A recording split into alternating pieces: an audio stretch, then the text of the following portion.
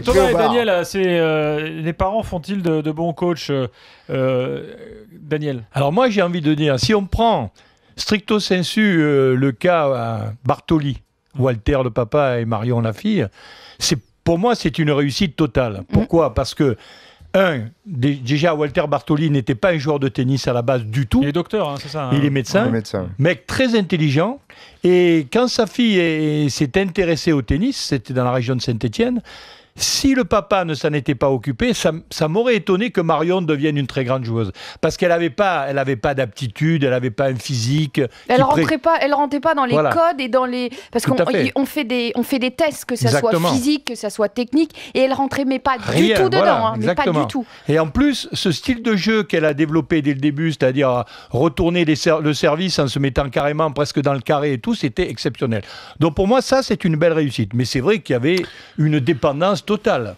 Et c'est très bien que Marion, maintenant, pour ce qui va être... C'est difficile, Daniel, parce que là, tu as l'air de résumer la réussite à une réussite sportive. Oui. C'est difficile de faire fi quand même de tout ce qui peut se passer autour, du développement, de l'adolescent, de l'enfant. Donc moi, je dis réussite, je n'en sais rien. Quand tu vois les cas cités par Sarah tout à l'heure, on en voit...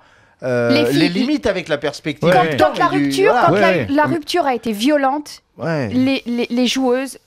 Je ne peux pas dire que Marie Pierce respire aujourd'hui la sérénité. En tout cas, elle est obligée de chercher dans la religion pour être bien. Capriati, on n'en a plus jamais entendu parler. Voilà. Vous avez Jelena Dokic qui a dû quitter l'Australie, quitter la Serbie pour pouvoir vivre tranquillement. Oui. Quand les ruptures sont violentes, c'est dur. Aravan Rezaï, on n'en a pas parlé. Aravan a quand même emmené son père au tribunal. Bon, ça s'est fini par un non-lieu parce qu'elle ne s'est pas présentée. Mais elle a dû ne pas donner l'endroit où elle vivait pour se protéger de la pression de son papa.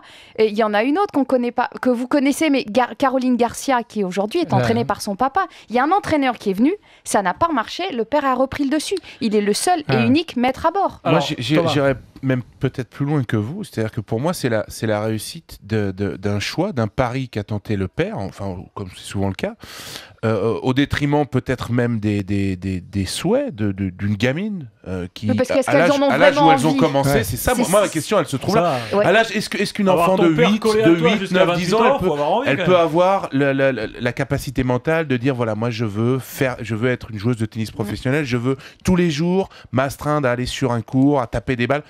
J'en suis pas certain. Donc pour moi c'est une réussite effectivement parce qu'un père va décider que sa fille sera une grande joueuse de tennis et va lui donner les moyens de le faire, mais au prix de quel sacrifice? Et on le voit à la fin d'une carrière ou même durant une carrière, au prix de cassures terribles dans la cellule familiale. Et c'est quand même un problème.